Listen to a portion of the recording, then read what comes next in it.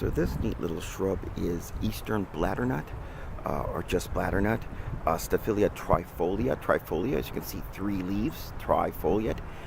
It's a neat little shrub. This is in bloom.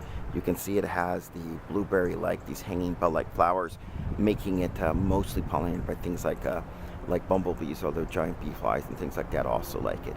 It's a small shrub, 6 to 12 feet tall, blooms in the early spring. It likes it moist.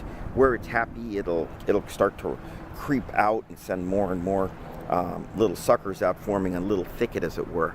But never super common. An understory tree of very moist woods. Again, you can find it mostly next to the water. As you can see here, I'm hanging over the edge here, as you can get a picture of it. I think they're neat little blossoms, kind of underappreciated, although it is occasionally planted as an ornamental tree.